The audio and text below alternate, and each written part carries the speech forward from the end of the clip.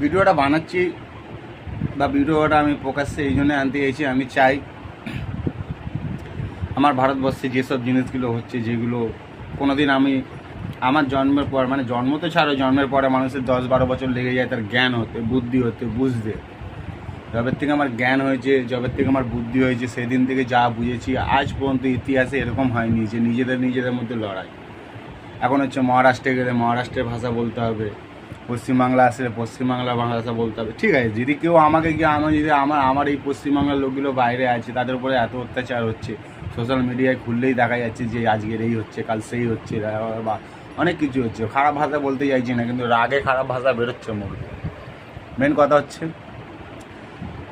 আমার দেশ ভারতবর্ষ এর ইতিহাস, আমি নরেন্দ্র মোদীকে এইটাই বলতে চাইছি যে যিনি আমার দেশের প্রধানমন্ত্রী নরেন্দ্র মোদী, উনি বাংলা জানেন।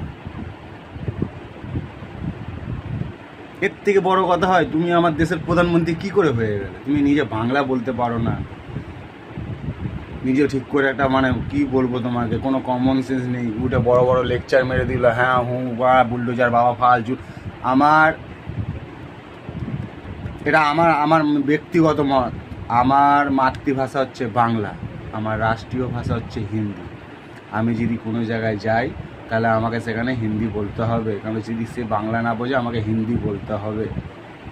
তাহলে সেখানে আমি হিন্দিটা বলবো কম বেশি, কিন্তু আমি বেশিরভাগ আমার বাংলা ভাষাটাই ইউজ করবো। এমন কোনো বিহারি যদি আমার সামনে চলে আসে, তা বিহারিকে কি আমি বাংলায় বোঝাবো? তাকে তো আমি হিন্দিতেই বোঝাবো। আর বাঙালি কি হিন্দি জানে না? ইতিহাস ঘেটে দাও, আজ বোম্বে বানায় এত বড় ফিল্ম ইন্ডাস্ট্রিতে আছে, এখানে সব বাঙালিরা গিয়েছে, পা জমিয়েছে বলে আজকের এই বোম্বে ইন্ডাস্ট্রিয়ালতে আজ শাহরুখ খান, সালমান খান, বানারবাল অনেকেই আছে যাদের পরিচয় তারা আজকে কিং হয়ে বসে আছে। কে? এ বাঙালির কারণে।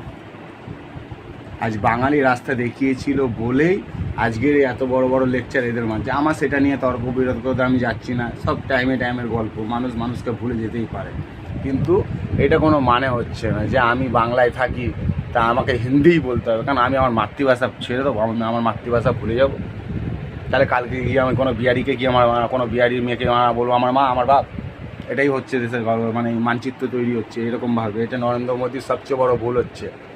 তুমি ব্ল্যাক মানি আনবে বলেছো, আনতে পারোনি, তাতে কোনো দুঃখ নেই। তুমি দেশে বাড়া শিল্প উন্নয়ন করবে, সে কোনো শিল্প ছাড়ো বাড়া, শুধু খিটাখিটি। আরে দিদি কি করলো সেটা দেখে লাভ নেই, তুমি কি করলে?